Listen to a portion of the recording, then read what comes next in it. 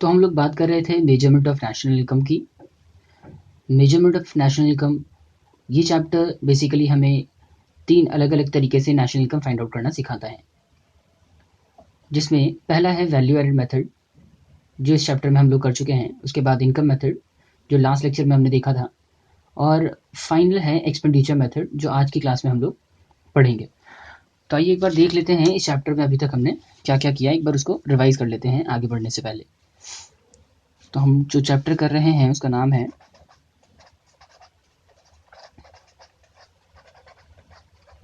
Measurement of national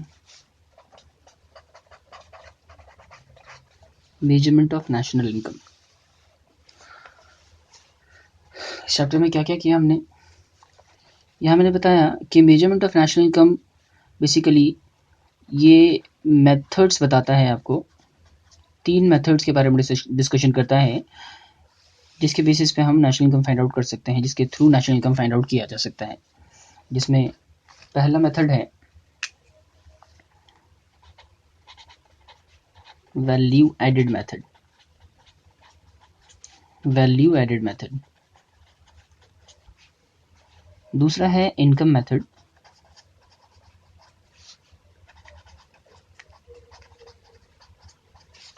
और तीसरा है एक्सपेंडिचर मेथड।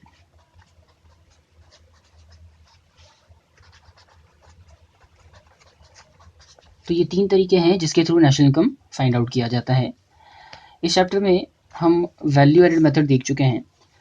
इस टॉपिक के अंदर एक तो हमने meaning of value added method cover कर लिया था कि वैल्यू एडेड का क्या मतलब होता है, और साथ ही साथ हमने वैल्यू एडेड मेथड के थ्रू नेशनल इनकम कैसे कैलकुलेट किया जाता है ये भी हम देख चुके हैं।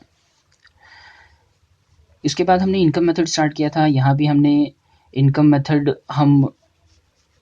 में हम नेशनल इनकम किस तरीके से फाइंड आउट करते हैं ये देखा था। यहाँ पे जैसे कि इनकम मेथड और वैल्यू एडेड में डिफरेंस क्या है कि वैल्यू एडेड मेथड में हम प्रोड्यूसर के पर्सपेक्टिव से नेशनल इनकम फाइंड आउट करते हैं। हम ये देखते हैं कि एक प्रोड्यूसर ने प्रोडक्शन के अलग अलग स्टेजेस पे रॉ मटेरियल की वैल्यू में कितना एडिशन किया। जो भी एडिशन होता है वो वैल्यू एडेड कहलाता है। और इसी तरीके से इकोनॉमी में मौजूद सभी प्रोड्यूसर का वैल्यू एडेड ऐड कर दिया जाएगा तो वो ग्रॉस डोमेस्टिक प्रोडक्ट बन जाता है। सभी प्रोड्यूसर मतलब वो सभी प्रोड्यूसर जो प्राइमरी सेक्टर, सेकेंडरी सेक्टर या फिर टर्शरी सेक्टर में है। तो वैल्यू एडेड मेथड वो प्रोड्यूसर के पर्सपेक्टिव से नेशनल इनकम फाइंड आउट करता है, जहाँ पे हम ये देखते हैं कि इकोनॉमी के अलग अलग सेक्टर में सभी प्रोड्यूसर्स कितना वैल्यू एडिशन कर रहे हैं, और उन सारे वैल्यू एडिशन को जोड़ के नेशनल इनकम फाइंड आउट करते हैं। और वैल्यू एडेड निकालने के लिए मैंने बताया था हम क्या करते हैं, हम टोटल आउटपुट की वैल्यू में से इंटरमीडिएट कंजम्पशन माइनस कर देते हैं। उसके बाद इनकम मेथड में भी हमने एक तो इसका मीनिंग कर लिया था कि इनकम मेथड बेसिकली क्या है। यहाँ मैंने बताया था कि income method national income find out करने का एक ऐसा तरीका है जिसके अंदर हम नेशनल इनकम फैक्टर्स के पर्सपेक्टिव से फाइंड आउट करते हैं। मतलब वो सभी लोग, वो सभी ऑर्गेनाइजेशन या एंटिटी जो किसी प्रोडक्टिव एक्टिविटी में इन्वॉल्व है और उसके बदले उनको इनकम रिसीव होती है। मतलब हम फैक्टर्स के पर्सपेक्टिव से यहाँ पे इनकम निकालते हैं। फैक्टर्स मतलब हर वो ऑर्गेनाइजेशन या इंडिविजुअल जो पैसा रिसीव कर रहा है, जो इनकम रिसीव कर रहा है। इनकम मेथड में हम नेशनल इनकम फाइंड आउट करने के लिए उन सभी फैक्टर्स द्वारा रिसीव की जाने वाली इनकम्स को ऐड कर देते हैं और नेशनल इनकम फाइंड आउट करते हैं। तो मीनिंग में ये कराया था। उसके बाद हमने इसकी इसके ऊपर कुछ कैलकुलेशंस करी थी, कुछ क्वेश्चंस भी किए थे, और भी क्वेश्चंस करेंगे हम। फिलहाल हम वैल्यू एडेड इनकम मेथड और एक्सपेंडिचर मेथड का ओवरव्यू ले लें, अच्छे तरीके से इसको समझ लें होता क्या है ये। उसके बाद हम सब पे डिटेल में क्वेश्चन करेंगे। तो ये किया था हमने इनकम मेथड और वैल्यू एडेड मेथड में। इनकम मेथड में मैंने बताया कि हम नेशनल इनकम फाइंड आउट करने के लिए क्या करते हैं, हम सारी इनकम्स को ऐड कर देते हैं। वो जितनी भी इनकम्स हैं उनको हम 5 हिस्सों में कैटेगराइज कर सकते हैं। इकोनॉमी में 5 तरह की इनकम्स हो सकती हैं। It can be in the form of compensation of employees. Compensation of employees हो सकता है। रेंट एंड रॉयल्टी के फॉर्म में इनकम्स हो सकती हैं। उसके बाद इंटरेस्ट हो सकता है, इंटरेस्ट। इसके अलावा फर्म को प्रॉफिट हो सकता है। और मैंने बताया था प्रॉफिट के अंदर 3 एलिमेंट्स होते हैं। कौन कौन से? तो कॉर्पोरेट टैक्स होता है, डिविडेंड होता है एंड रिटेन अर्निंग। उसी तरीके से कॉम्पनसेशन ऑफ एम्प्लॉइज के अंदर 2 एलिमेंट्स होते हैं। कॉम्पनसेशन में एक तो सैलरी एंड वेजेस है, चाहे वो कैश में दिया गया हो या काइंड में, कॉम्पनसेशन का पार्ट होगा। साथ ही साथ अगर एम्प्लॉयर ने एम्प्लॉय के सोशल सिक्योरिटी के लिए किसी अकाउंट में पैसा डिपॉजिट करवाया है, जैसे पेंशन फंड, ग्रेचुटी फंड, इस तरह के किसी अकाउंट में पैसा डिपॉजिट करवाया, तो उसे हम सोशल सिक्योरिटी कॉन्ट्रीब्यूशन कहते हैं। और social security contribution is a kind of compensation by employer to employ. तो ये 4 items, compensation of employ, rent, royalty, interest, profit, और लास्ट आइटम हम मिक्स्ड इनकम ऐड कर देते हैं इनकम मेथड के अंदर। और ये सब ऐड करने पे यहाँ आता है, क्या आता है? यहाँ आता है NDPFC। अच्छा, याद होगा वैल्यू एडेड मेथड के अंदर नेशनल इनकम कैसे फाइंड आउट करते हैं। यहाँ नेशनल इनकम फाइंड आउट करने के लिए सबसे पहले हमें ग्रॉस वैल्यू एडेड या ग्रॉस डोमेस्टिक प्रोडक्ट निकालना होता है। और ग्रॉस वैल्यू एडेड या ग्रॉस डोमेस्टिक प्रोडक्ट कैसे निकाला जाता है? सो सिंपल है, हम टोटल आउटपुट की वैल्यू में से टोटल आउटपुट की वैल्यू में से इंटरमीडिएट कॉस्ट माइनस कर देते हैं, तो यह आ जाता है ग्रॉस डोमेस्टिक प्रोडक्ट। लेकिन हमें ग्रॉस डोमेस्टिक प्रोडक्ट नहीं निकालना, हमें नेशनल इनकम फाइंड आउट करना है। तो हम क्या करेंगे, इसमें से डेप्रिसिएशन भी माइनस करेंगे और NIT भी माइनस करेंगे और ऐड करेंगे net factor income from abroad. तो ये हो जाएगा NNPFC। उसी तरीके से इनकम मेथड के अंदर जब हम सारी इनकम्स ऐड करते हैं, ये पांचों इनकम्स ऐड करके, यहाँ भी NDPFC आता है। और NDPFC नेशनल इनकम नहीं है, तो नेशनल इनकम पे पहुंचने के लिए क्या करेंगे, NDPFC में हम NFIA ऐड करेंगे।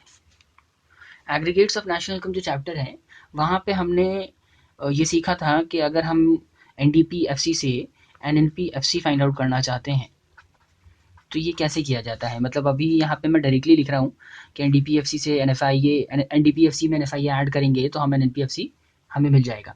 लेकिन इसका क्या लॉजिक है, ये हम एग्रीगेट्स ऑफ नेशनल इनकम में ऑलरेडी पढ़ चुके हैं। तो मैं मानता हूँ कि आपको वो पॉइंट्स याद होंगे, ठीक है। सर आज क्या करने वाले हैं? आज हम लोग एक तो वैल्यू एडेड मेथड के प्रिकॉशंस करेंगे और आज मेथड्स में final method national income find out करने का, एक्सपेंडिचर मेथड, ये करेंगे। तो आइए स्टार्ट करते हैं precautions of value added method. So precautions of value added method का क्या मतलब है? प्रिकॉशंस ऑफ वैल्यू एडेड का मतलब कि जब हम national income value added method का इस्तेमाल करके फाइंड आउट कर रहे हों तो हमें किन बातों का ख्याल रखना चाहिए। तो सबसे पहले हम हेडिंग डाल लेते हैं, precautions of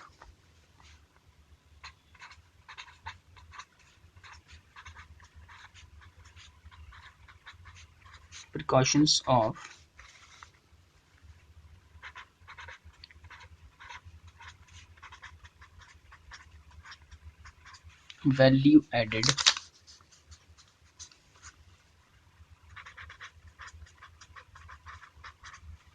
method. Precautions of value added method. तो वैल्यू एडेड मेथड का पहला प्रिकॉशन है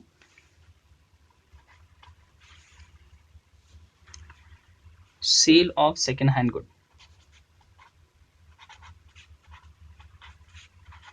sale of second hand goods. कि सेकेंड हैंड गुड को किस तरीके से ट्रीट किया जाएगा नेशनल इनकम कंप्यूट करते वक्त। जब हम वैल्यू एडेड मेथड का इस्तेमाल कर रहे होंगे तो उस समय नेशनल इनकम, उस समय हम सेकेंड हैंड गुड को किस तरीके से ट्रीट करेंगे।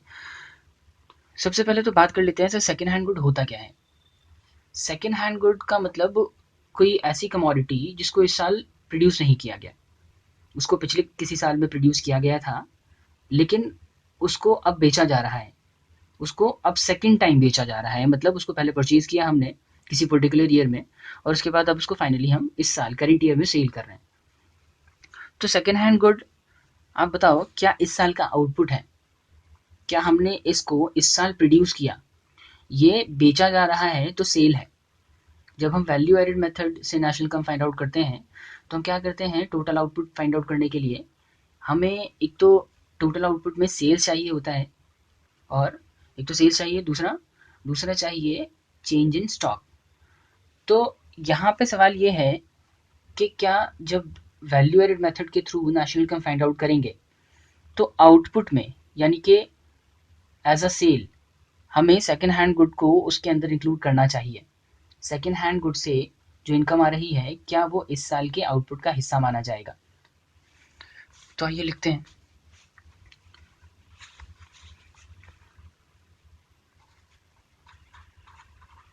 सेकेंड हैंड गुड का क्या मतलब है। Second hand good refers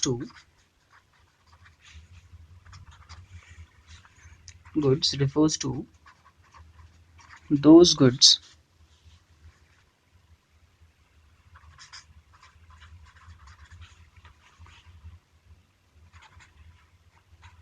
which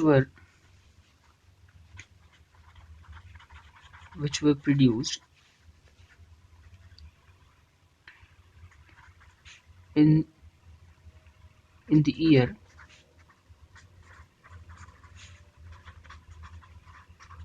other than current year। मतलब सेकेंड हैंड गुड वो गुड है जो करंट ईयर के अलावा किसी साल में प्रोड्यूस किया गया था। तो as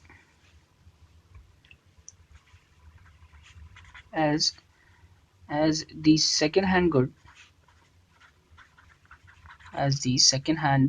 good is not the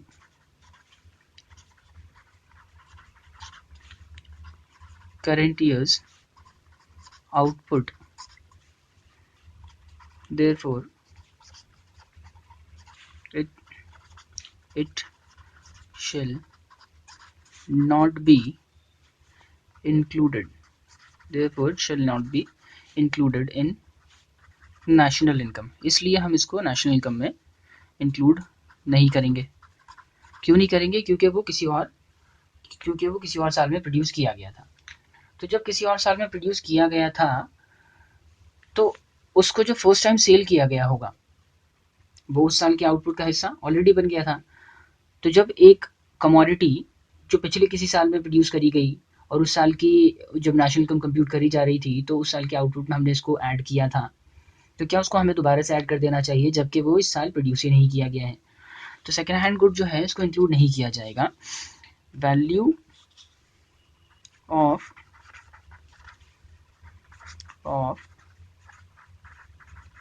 second hand good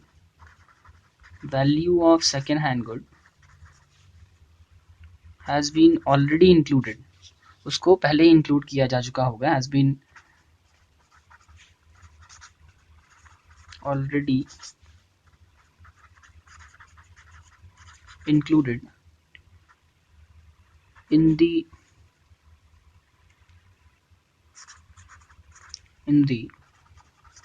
national income of the year in which it was sold for the first time. जब उसको पहली दफ़ा बेचा गया होगा तो ही हमने उसको नेशनल इनकम में इंक्लूड कर दिया होगा। तो उसको दोबारा अगर सेल किया जाएगा तो नेशनल इनकम में हमें इंक्लूड नहीं करना चाहिए, अदरवाइज हमारी जो नेशनल इनकम है वो ज़्यादा रिफ्लेक्ट होगी, वो ज़्यादा निकल के आएगी। The national income which will be calculated will reflect the higher value. तो इस वजह से हमें इसको इंक्लूड नहीं करना चाहिए। लेकिन ये नोट कीजिए कि सपोज आपके पास कोई कमोडिटी है जिसको आपने किसी साल में ख़रीदा था, मतलब उसको ऑलरेडी नेशनल इनकम कंपटीशन में ऐड किया जा चुका होगा, जिस साल उसको आपने पहली बार खरीदा, मतलब ये उस साल के आउटपुट का हिस्सा मान लिया गया होगा। अब क्या करते हैं, आप इसको इस साल बेच रहे हो, तो यहाँ से जो भी इनकम आती है या इसकी जो भी वैल्यू है सेल्स की, उसको हम नेशनल इनकम में ऐड नहीं कर सकते। लेकिन यहाँ पे क्या है कि आपने सेकेंड हैंड गुड किसी और के थ्रू बिकवाया, किसी एजेंट के थ्रू, किसी के साथ कॉन्ट्रैक्ट कर लिया आपने और उससे कहा कि आप जो है, आपने उससे कहा कि आप जो है सामान बिकवा दो, तो उसके बदले वो बंदा आपसे ब्रोकिंग फी चार्ज करता है, कोई कमीशन चार्ज करता है। तो ये कमीशन जो है, इसको हम नेशनल इनकम में इंक्लूड करेंगे या नहीं करेंगे? बिल्कुल करेंगे। क्यों? क्योंकि क्योंकि ब्रोकिंग ब्रोकिंग सर्विसेज सामने वाला बंदा आपको डिलीवर कर रहा है और ब्रोकिंग सर्विस के बदले आप उसको पेमेंट कर रहे हो। तो ये जो ब्रोकिंग सर्विस है, ये नई सर्विस है, इससे पहले इसका प्रोडक्शन नहीं हुआ, तो इससे अराइज होने वाली इनकम भी अभी तक नेशनल इनकम में इंक्लूड नहीं करी गई है। तो अगर आप सेकेंड हैंड गुड बेचते हो और उस पर कोई ब्रोकिंग फी, कमीशन फी या और कोई चार्जेस भी करते हो, तो उसको हम नेशनल इनकम में इंक्लूड करेंगे। तो लिखिए, any commission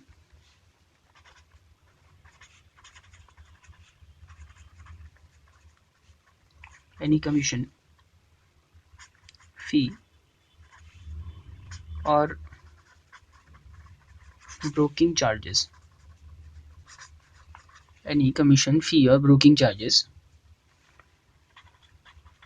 which were paid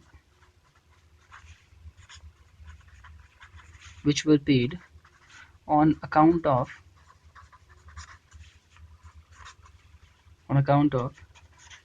sale of such goods shall be included. इसको include किया जाएगा। क्यों? as it relates to productive service of the current year, as it relates to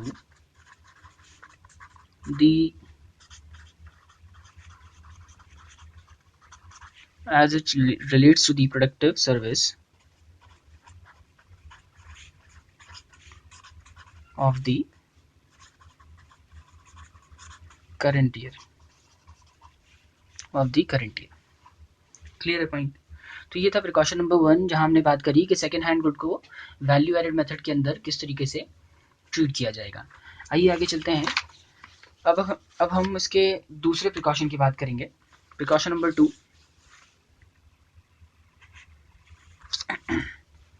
ये है सेल्फ कंजम्पशन गुड्स।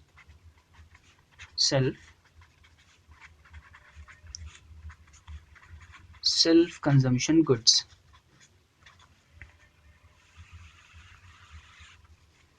तो सेल्फ कंजम्पशन गुड्स का क्या मतलब है? सेल्फ कंजम्पशन गुड्स का मतलब ऐसी कमोडिटी जिसको हमने सेल्फ कंजम्पशन के लिए रख लिया, मतलब प्रोडक्शन का वो हिस्सा जिसको बाजार में बेचा नहीं गया। सेल्फ कंजम्पशन गुड लिखो, it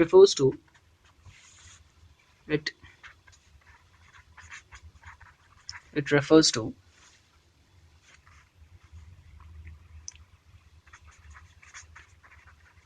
part of total output. It refers to total output of the year which were kept by the producer for his self consumption, उसके खुद के कंजम्पशन के लिए रख लिया गया। मतलब टोटल आउटपुट का वो हिस्सा जो प्रोड्यूसर अपने कंजम्पशन के लिए रख लेता है, उसे हम सेल्फ कंजम्पशन गुड कहते हैं। Refers to part of total output of the year which were kept by the producer for his self consumption. Though these goods do not enter the marketplace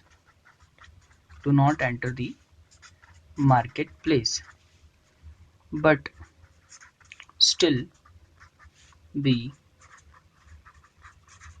included in national income computation. national income computation मतलब भले ही इसको बाजार में ना बेचा गया हो, उसके बावजूद इसको नेशनल इनकम की कंप्यूटेशन में हम ऐड करेंगे। क्यों भाई, क्यों ऐड किया जाएगा? सर सीधा है ना, आप याद करो वैल्यू एडेड मेथड में हम नेशनल इनकम किस तरीके से कैलकुलेट करते हैं। सर सिंपल है ना, हम सबसे पहले ग्रॉस वैल्यू एडेड निकालते हैं। हाँ तो निकाल लो gross value added market price. अब बताओ ज़रा gross value added market price कैसे निकलता है? सर हम टोटल आउटपुट में से इंटरमीडिएट कॉस्ट माइनस करते हैं, करेक्ट। अब जब हम टोटल आउटपुट में से इंटरमीडिएट कॉस्ट माइनस करते हैं तो बताओ ज़रा टोटल आउटपुट में आता क्या है? सर टोटल आउटपुट में वो चीज़ें तो आती हैं जो हमने बाजार में बेची, प्लस वो भी आता है जिसको नहीं बेचा। मतलब एक तो सेल्स इंक्लूड करते हैं हम इसके अंदर, प्लस अनसोल्ड स्टॉक भी तो ऐड करते हैं, अनसोल्ड स्टॉक। और अनसोल्ड स्टॉक का क्या मतलब? अनसोल्ड स्टॉक का मतलब कि माल जो बनाया तो गया, जो प्रोड्यूस तो किया गया इस साल, लेकिन उसको बाजार में नहीं बेचा गया। अब जो बना लिया गया है और बाजार में नहीं बेचा गया, उसके दो कंपोनेंट होते हैं। ऐसा हो सकता है कि उसमें से कुछ हिस्सा बाजार में बेचने के लिए रख लिया गया हो, अभी बनाया गया है और ये वाला हिस्सा तो बेच दिया गया, लेकिन कुछ हिस्सा नहीं बेचा है, लेकिन उसमें से कुछ हिस्सा हम बेचने वाले हैं, बेचेंगे, to be sold in market. और ये भी गोडाउन में पड़ा है, कैप्टन गोडाउन, लेकिन सेलिंग के लिए पड़ा है, to be sold in market. लेकिन कुछ हिस्सा ऐसा हो सकता है कि हमने बेचा नहीं और उसको बेचने का इरादा भी नहीं है, तो इस ऐसी कमोडिटी को हम क्या कहते हैं? ऐसी कमोडिटी को हम कहेंगे self consumption good. These are self consumption good. आप मेरे को बताओ, जब हम gross value added market price find out करते हैं तो क्या हमें टोटल आउटपुट कैलकुलेट करते वक्त इस बात से कोई लेना देना होता है क्या हमने उसमें से कितना हिस्सा रख लिया, कितना हिस्सा कंज्यूम किया, कितना हिस्सा गोडाउन में पड़ा है, कितना हिस्सा बेचा है? नहीं, हम तो सर सबको ऐड करते हैं, हमें तो टोटल आउटपुट चाहिए ना। हम तो ये देखते हैं कि हमने इस साल कितने रुपए का माल प्रोड्यूस किया, वैल्यू ऑफ टोटल आउटपुट क्या है। तो अगर आप माल सेल्फ कंजम्पशन के लिए रख भी लेते हैं, आउटपुट का वो हिस्सा आपने जिसको सेल्फ कंजम्पशन के लिए रख लिया, वो भी नेशनल इनकम में ऐड किया जाएगा, क्योंकि वो आउटपुट का ही हिस्सा है। समझ आया पॉइंट? तो सेल्फ कंजम्पशन गुड का मतलब ऐसी कमोडिटीज जिसको इस साल प्रोड्यूस तो किया गया है, लेकिन प्रोड्यूसर उसको सेल्फ कंजम्पशन के लिए अपने पास रख लेता है, क्योंकि वो उसको बेचना नहीं चाहता। तो भले ही इसको मार्केट में नहीं बेचा गया, दो these goods do not enter the market place, but still be included in the national income computation. Clear है? क्यों इंक्लूड किया जाएगा? These goods are included, these goods are included as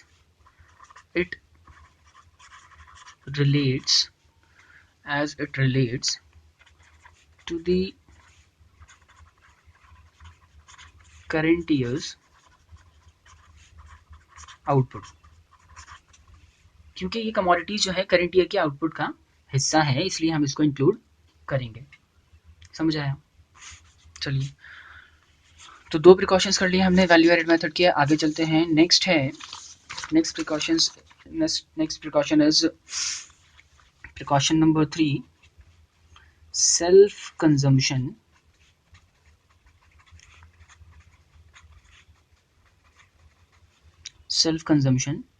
services. Self consumption services क्या होती हैं?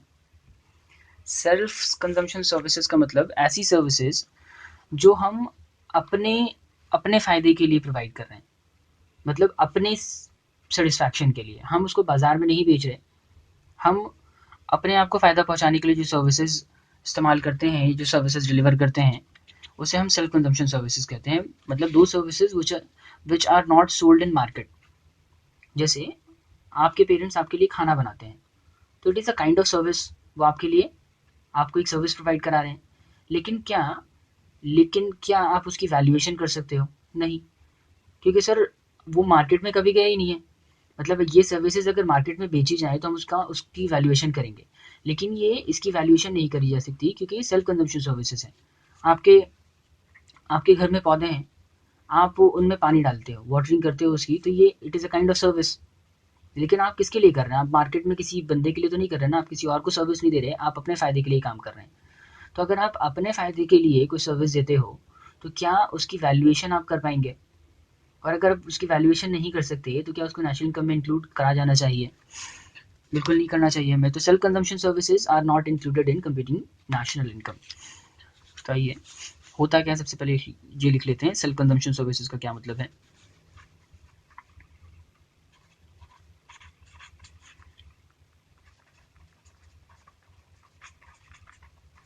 Self consumption services are those services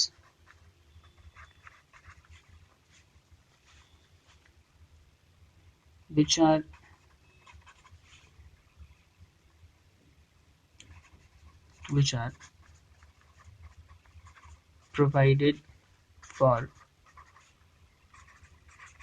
self satisfaction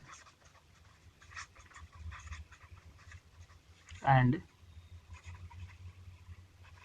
are not sold in market। बाजार में इन्हें बेचा नहीं जाता, किसी और को सर्विसेज नहीं दी जाती। मतलब जो सर्विसेज हम अपने लिए दे रहे हैं वो सेल्फ कंजम्पशन सर्विसेज हैं।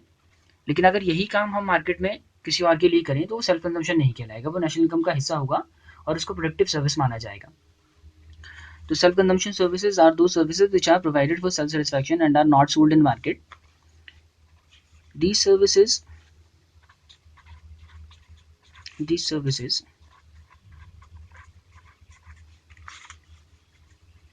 are not included in national income. Are not included in national income.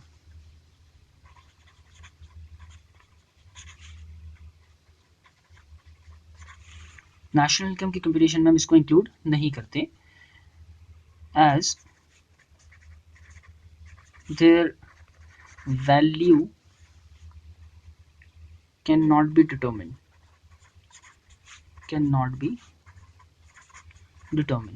क्योंकि इसकी वैल्यूएशन नहीं कर सकते हम। इसकी वैल्यूएशन, इसकी अमाउंट का इसके अमाउंट का अंदाज़ा नहीं लगाया जा सकता।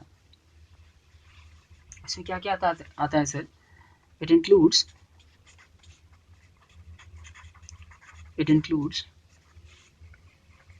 जैसे इसमें हाउस वाइफ सर्विसेज, एक हाउस वाइफ जो सर्विसेज प्रोवाइड करा रही है अपनी फैमिली को, हाउस वाइफ सर्विस।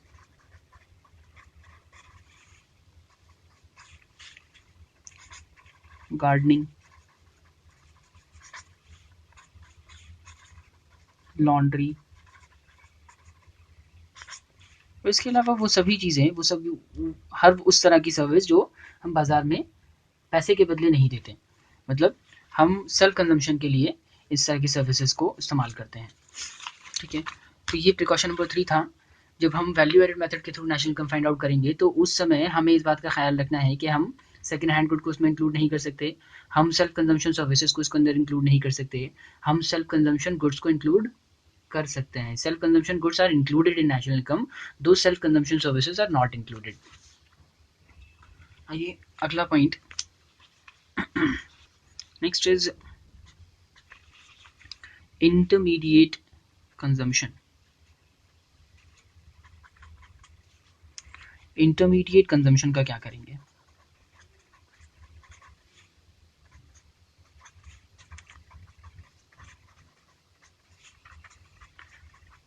क्या करेंगे ये जानने से पहले हमें ये समझ लेना चाहिए कि इंटरमीडिएट कंजम्पशन होते क्या हैं। इंटरमीडिएट कंजम्पशन का मतलब वो सभी एक्सपेंडिचर जो आउटपुट को प्रोड्यूस करने में incurred किए जाते हैं, all those expenditures which are incurred in order to produce the output। आप याद करो जब हम वैल्यू एडेड मेथड में नेशनल इनकम फाइंड आउट करते हैं तो हमें क्या चाहिए होता है, एक तो हमें चाहिए कि हमने कितने रुपए के आउटपुट प्रोड्यूस किए, total value of output produce in the year, और उसमें से हम याद कीजिए आप क्या माइनस करेंगे, हम माइनस करेंगे इंटरमीडिएट कॉस्ट, इंटरमीडिएट कंजम्पशन। तो क्या हम इंटरमीडिएट कंजम्पशन को नेशनल इनकम में इंक्लूड करते हैं? तो आंसर इज नो, हम इंटरमीडिएट कॉस्ट को इंक्लूड नहीं करते। क्यों? कि वैल्यू एडेड मेथड के अंदर हम क्या फाइंड आउट करना चाहते हैं, हम सिर्फ ये देखना चाहते हैं कि हमने कितने रुपए का वैल्यू एडिशन किया। तो उसके लिए जो रॉ मटेरियल है हमारे पास जिसका इस्तेमाल एज एन इंटरमीडिएट कंजम्पशन कर रहे हैं हम, टोटल आउटपुट की वैल्यू में से उस इंटरमीडिएट कॉस्ट को हम माइनस कर देते हैं ताकि हमें पता लग पाए कि इस साल असल में कितने रुपए का माल प्रोड्यूस किया गया। और इंटरमीडिएट कॉस्ट या इंटरमीडिएट परचेजेस या कंजम्पशन अगर इंक्लूड कर ली जाए तो होगा क्या कि हमारा जो ग्रॉस डोमेस्टिक प्रोडक्ट या नेशनल इनकम है वो कई गुना ज़्यादा निकल के आएगा और वो इकोनॉमी की सही पिक्चर को रिफ्लेक्ट नहीं करेगा। उसकी वजह से इंटरमीडिएट कंजम्पशन के ऐड होने की वजह से हमारी जो नेशनल इनकम है वो बहुत ज़्यादा रिफ्लेक्ट होगी, which will obviously not present the actual picture of the economy. तो इसीलिए हमें इंटरमीडिएट कंजम्पशन को इंक्लूड नहीं करना चाहिए। Intermediate consumption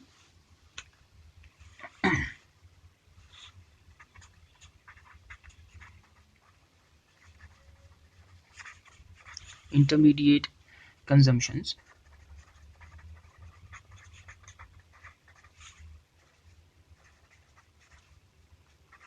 are not included while calculating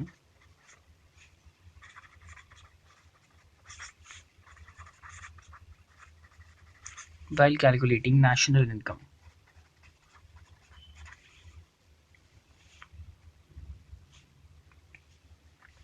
क्योंकि as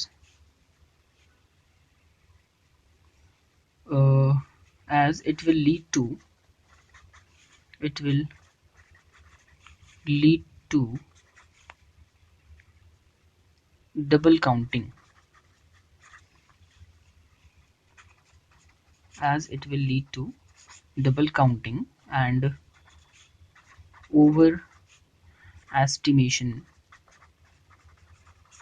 overestimation of national income।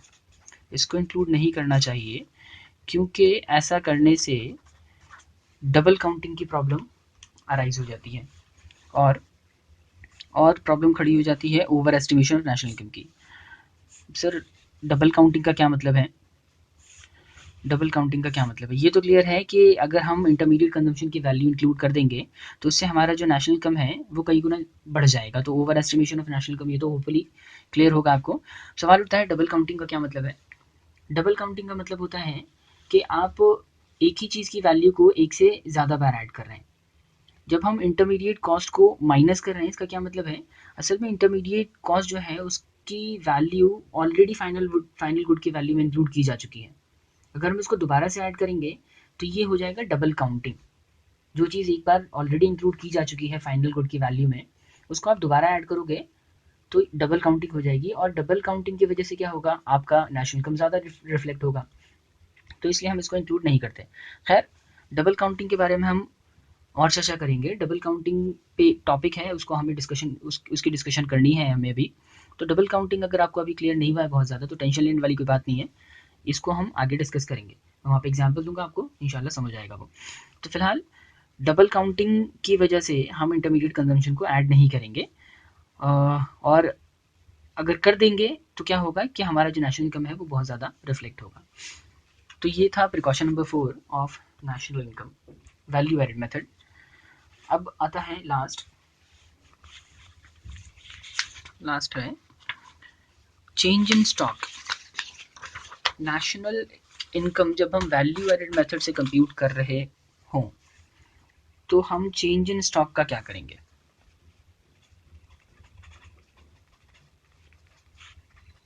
Change in stock so change in stock क्या होता है, क्लोजिंग में से ओपनिंग माइनस करते हैं तो चेंज इन स्टॉक आता है। चेंज इन स्टॉक जो है कैपिटल फॉर्मेशन को रिप्रेजेंट करता है, और इसी वजह से चेंज इन स्टॉक को नेशनल इनकम की कंप्यूटेशन में ऐड किया जाएगा। तो change in stock is included in national income. आपको याद होगा जब हम वैल्यू एडेड मेथड से नेशनल इनकम फाइंड आउट करते हैं तो उसमें हम टोटल आउटपुट में से इंटरमीडिएट कॉस्ट माइनस करते हैं, लेकिन टोटल आउटपुट के अंदर दो चीज़ें आती हैं। एक तो सेल्स आता है, हमने कितने रुपए का माल बेचा। दूसरी चीज़ आती है चेंज इन स्टॉक, मतलब इस साल स्टॉक में कितना बदलाव हुआ। तो वो बदलाव किस चीज़ को रिप्रेजेंट करता है, वो इस साल के फॉर्मेशन को रिप्रेजेंट करता है। इस साल कितने रुपए का माल बनाया। अगर क्लोजिंग सपोज 10,000 था और ओपनिंग जब हमने स्टार्ट किया साल की ईयर में स्टॉक हमारे पास था 2,000 का, साल खत्म होते होते क्लोजिंग हो गया 10,000, तो बता सकते हैं इस साल और कितने रुपए का माल बना, 8,000 का। तो ये जो 8,000 है क्लोजिंग माइनस ओपनिंग जो है, ये इस साल के आउटपुट का ही तो हिस्सा है, ये इस साल के फॉर्मेशन का ही तो पार्ट है। तो चेंज इन स्टॉक को हम नेशनल इनकम कंप्यूट करते वक्त ऐड करते हैं because it is considered as the capital formation of the current year, और ये हमारे करंट ईयर के आउटपुट में कंट्रीब्यूशन करता है। It relates to the it contributes to the current year's output. तो आइए लिखते हैं change in stock.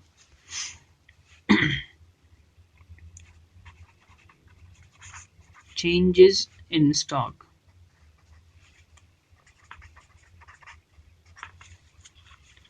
is considered as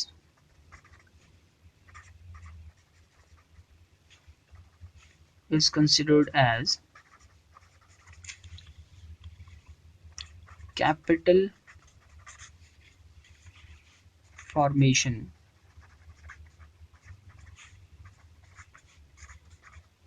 of the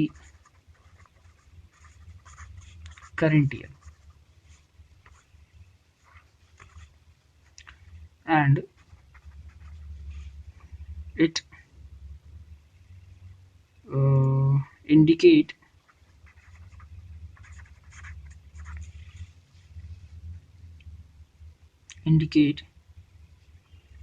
inflow. It indicate contribution to the current year's output.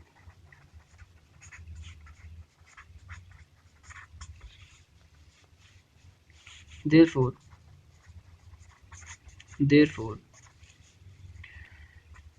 change in stock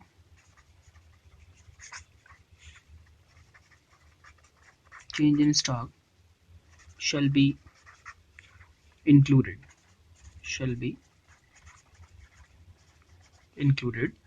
while computing national income through value added method।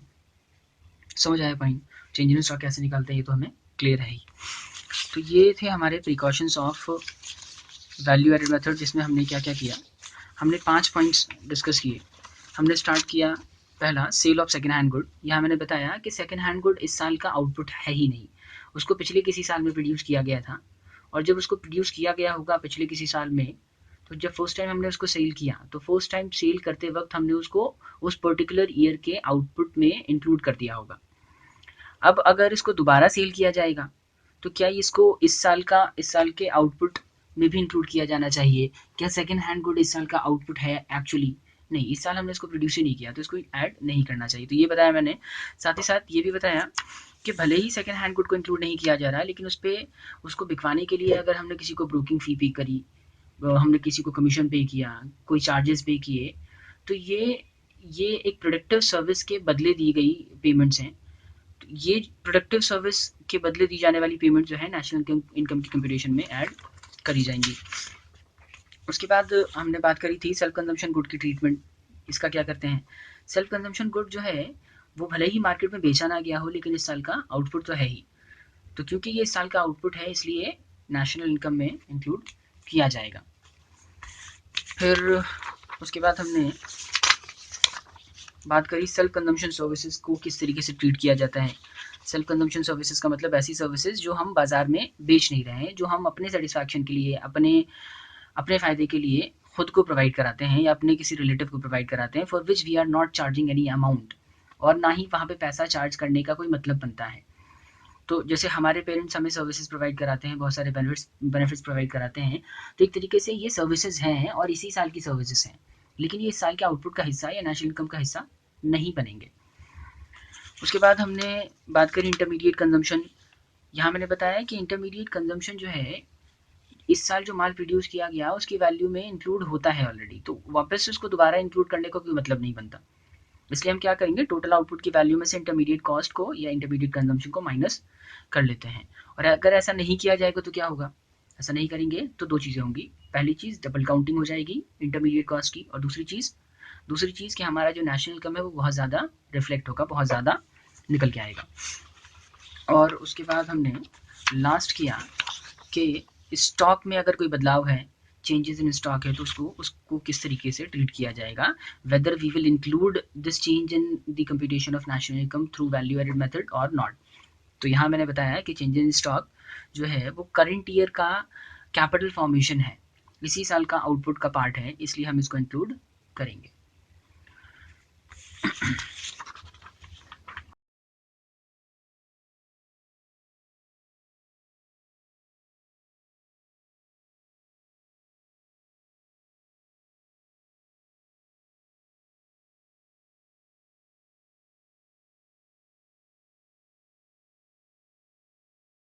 आइए अब start करते हैं expenditure method. Sir expenditure method क्या होता है? Expenditure method national income find out करने का तीसरा तरीका है। हम इस चैप्टर में दो मेथड्स तो ऑलरेडी देख चुके हैं। वैल्यू एडेड मेथड के थ्रू हम नेशनल इनकम फाइंड आउट करना सीख चुके हैं, उसके बाद हमने किया था इनकम मेथड। अब एक्सपेंडिचर मेथड जो है, यहाँ पे नेशनल इनकम कैसे फाइंड आउट करी जाती है, हम इस बारे में बात करेंगे। आप ये स्टार्ट करने से पहले हम एक बार रिकॉल करने की कोशिश करते हैं कि वैल्यू एडेड मेथड में क्या होता था। वैल्यू एडेड मेथड में हम प्रोड्यूसर के पर्सपेक्टिव से नेशनल इनकम फाइंड आउट करते थे। इनकम मेथड के अंदर हम फैक्टर्स के पर्सपेक्टिव से income national income find out करते थे। उसी तरीके से एक्सपेंडिचर मेथड जो है, ये नेशनल इनकम फाइंड आउट करता है उनके पर्सपेक्टिव से जो एक्चुअली गुड्स एंड सर्विसेज पे पैसा खर्च करते हैं। मतलब यहाँ पे एक्सपेंडिचर मेथड में हम सारे खर्चों को कंसिडर करते हैं नेशनल इनकम फाइंड आउट करने के लिए। और खर्चे कौन कर सकता है? खर्चे इकोनॉमी के अलग अलग सेक्टर पे मौजूद इंडिविजुअल, फर्म्स, गवर्नमेंट, ये सब मिलके जो है खर्चे करते हैं। तो अल्टीमेटली हमें एक्सपेंडिचर मेथड के अंदर क्या करना होता है कि ये इन सभी सेक्टर में मौजूद प्राइमरी, सेकेंडरी, टर्शरी सेक्टर में जो भी लोग मौजूद हैं, इंडिविजुअल हो, फर्म हो, या इवन गवर्नमेंट हो, या फॉरेनर्स ही क्यों ना हो, उन सब के खर्चों को हम कंसिडर करके नेशनल इनकम फाइंड आउट करते हैं। तो आइए लिखते हैं एक्सपेंडिचर मेथड है क्या, और उसके बाद इसकी कैलकुलेशन के बारे में बात करेंगे। एक्सपेंडिचर मेथड क्या है? It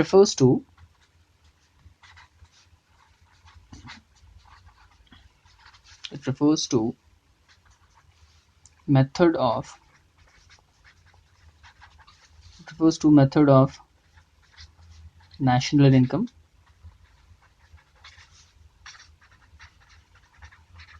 in which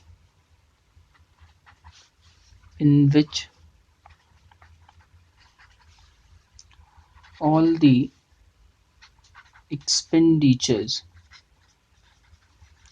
the expenditures incurred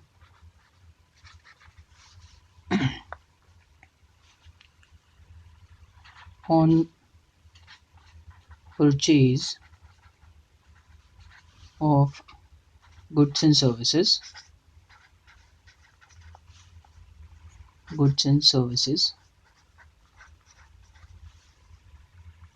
by all the sector of an economy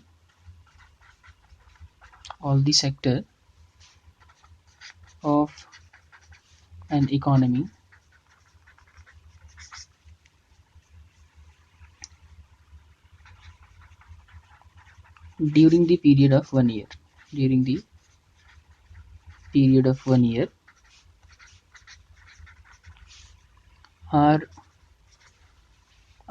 added to find out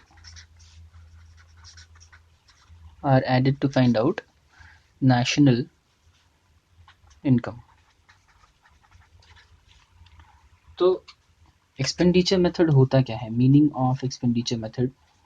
expenditure method national income find out करने का एक ऐसा तरीका है जिसके अंदर हम नेशनल इनकम फाइंड आउट करते हैं by considering all the expenditure which is being incurred on purchase of goods and services by all the sector of an economy. Economy के सभी सेक्टर्स गुड्स एंड सर्विसेज की purchase के ऊपर, goods and services की consumption के ऊपर कितना पैसा खर्च कर रहे हैं एक साल के पीरियड में, उन सभी खर्चों को कंसिडर करके हम नेशनल इनकम फाइंड आउट करते हैं.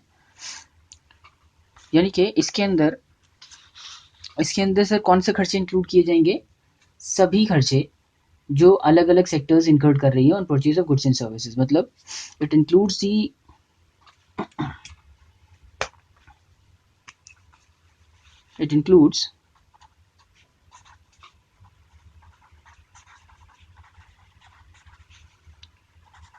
all the expenditures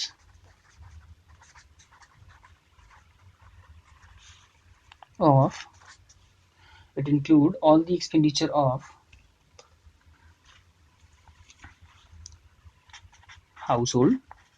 हाउसहोल्ड जो भी पैसा खर्च कर रहा है उन सभी खर्चों को इंक्लूड करता है ये, plus expenditure incurred by firms,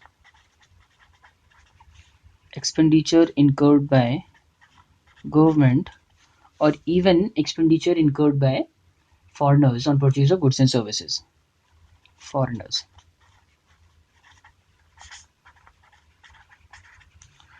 तो इस मेथड में हम सभी खर्चों को इंक्लूड करते हैं, सभी खर्चे जो हाउसहोल्ड, फर्म, गवर्नमेंट या फिर फॉरेनर्स कर रहे हैं. अच्छा सर, किस तरह के खर्चों को इंक्लूड किया जाता है इसके अंदर? किस तरीके से, क्या मतलब किस तरह के खर्चे? मतलब क्या कंज्यूमर एक्सपेंडिचर को इंक्लूड किया जाएगा या कैपिटल एक्सपेंडिचर को इंक्लूड किया जाएगा? कंज्यूमर एक्सपेंडिचर का मतलब ऐसे खर्चे जो कंज्यूमर गुड्स के ऊपर किए जा रहे हैं, क्या सिर्फ उन्हीं को इंक्लूड किया जाता है या कैपिटल गुड्स पे होने वाले खर्चों को भी इंक्लूड किया जाएगा? तो लिखिए, it includes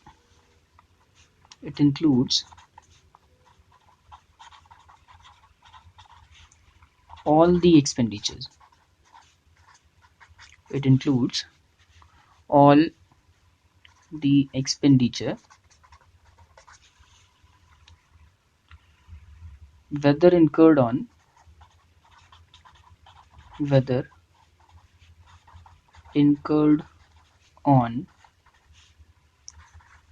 consumption of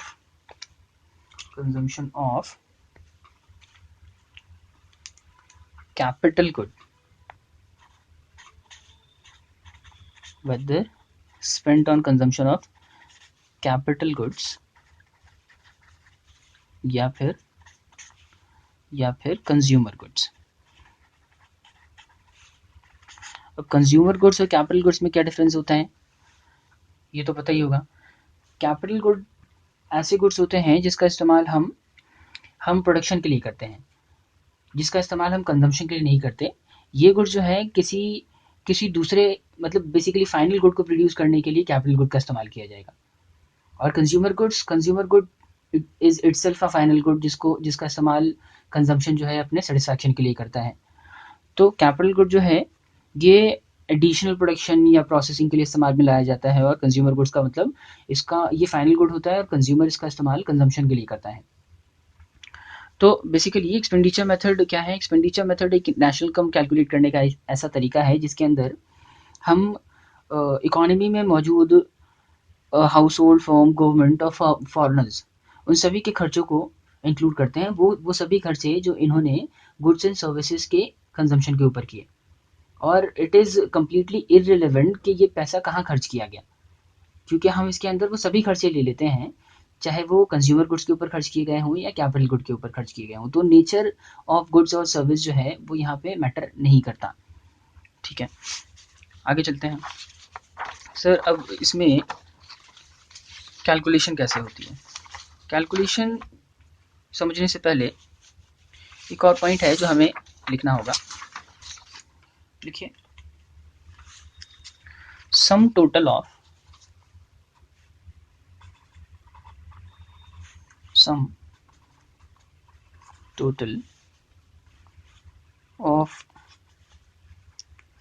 all the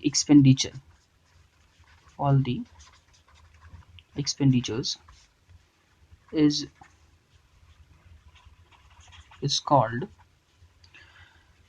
जो भी एक्सपेंडिचर हम ऐड करते हैं उन सभी एक्सपेंडिचर का टोटल, मतलब हाउस होल्ड के खर्चे, फर्म के खर्चे, गवर्नमेंट ऑफ ऑर्डर्स, इन सभी ने जो भी खर्चा किया है, इन सब के खर्चों का टोटल जो है वो कहलाता है gross domestic product at market price, मतलब GDP-MP। जिस तरीके से वैल्यू एडेड में आउटपुट में से इंटरमीडिएट कंजम्पशन माइनस करने पे GDP-MP आता था, वैल्यू एडेड मेथड के अंदर NDPFC आता है सारी इनकम्स को ऐड करने पे। इस सिचुएशन में यहाँ पे क्या आएगा, यहाँ पे सारे खर्चों को ऐड करने पे आता है gross domestic product at market price. ठीक है, और इसको कैलकुलेट कैसे किया जाता है वो देख लेते हैं हम।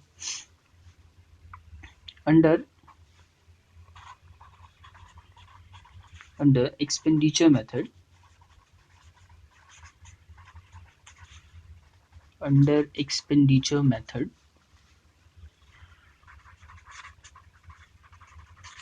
national income is calculated as follows। इसके अंदर हम नेशनल इनकम इस तरीके से फाइंड आउट करेंगे।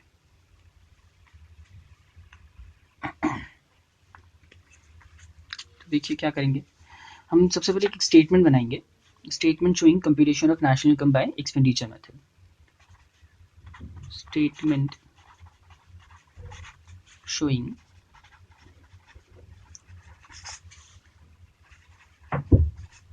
computation of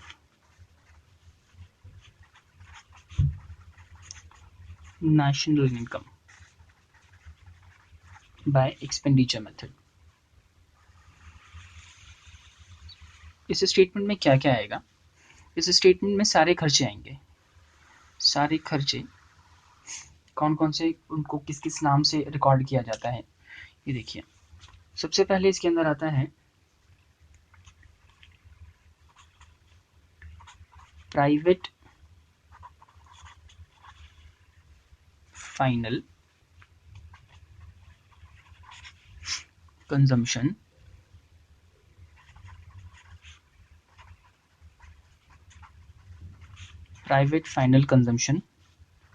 expenditure. सर इसका क्या मतलब है? प्राइवेट फाइनल कंजम्पशन एक्सपेंडिचर का मतलब हाउस होल्ड द्वारा किए जाने वाले सभी खर्चे जो गुड्स एंड सर्विसेज, जो कंज्यूमेबल गुड्स एंड सर्विसेज पे किए जा रहे हैं। मतलब कंज्यूमर गुड्स पे अगर हाउस होल्ड पैसा खर्च कर रहा है तो उसको हम कहते हैं प्राइवेट फाइनल कंजम्पशन एक्सपेंडिचर। तो इसमें सारे कंज्यूमर गुड्स पे होने वाले खर्चों को इंक्लूड करेंगे। अच्छा सर, क्या हाउस होल्ड कैपिटल गुड पे पैसा नहीं खर्च करता? कैपिटल गुड पे भी पैसा खर्च करता है, लेकिन फिलहाल पॉइंट नंबर 1 में हम उन खर्चों को इंक्लूड नहीं करते। प्राइवेट फाइनल कंजम्पशन एक्सपेंडिचर यानी कि फर्स्ट पॉइंट के अंदर सिर्फ हाउस होल्ड के कंज्यूमर गुड्स पे होने वाले खर्चों को इंक्लूड किया जाएगा। मतलब ऐसे खर्चे जो कंजम्पशन के लिए किए जा रहे हैं, जो किसी ऐसी कमोडिटी पे किए जा रहे हैं जिसका पर्पस इन्वेस्टमेंट नहीं है, जिसका पर्पस कंजम्पशन है। तो प्राइवेट फाइनल कंजम्पशन एक्सपेंडिचर में कंज्यूमर गुड्स पे होने वाले किए जाने वाले खर्चे जो हाउस होल्ड कर रहा है उसको इंक्लूड किया जाएगा। नेक्स्ट है government final consumption expenditure. Government final consumption expenditure.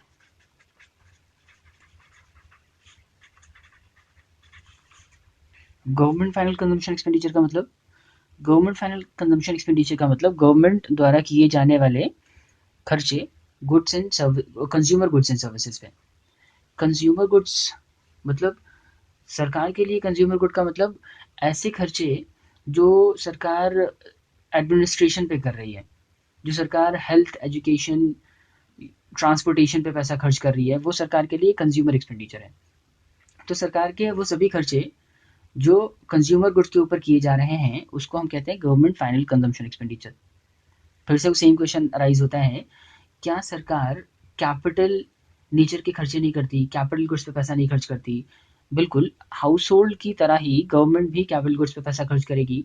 लेकिन फिलहाल इन दो पॉइंट्स में हम यहाँ हमने प्राइवेट प्राइवेट मतलब हाउस होल्ड के खर्चों को कंसिडर किया है जो कंज्यूमर गुड्स पे किए जा रहे हैं। इस वाले पॉइंट में भी हम कंज्यूमर गुड्स पे होने वाले खर्चों को कंसिडर करेंगे जो गवर्नमेंट कर रही है।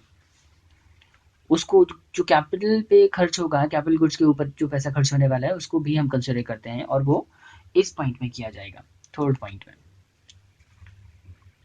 दिस इज कॉल्ड, इसे कहा जाता है gross domestic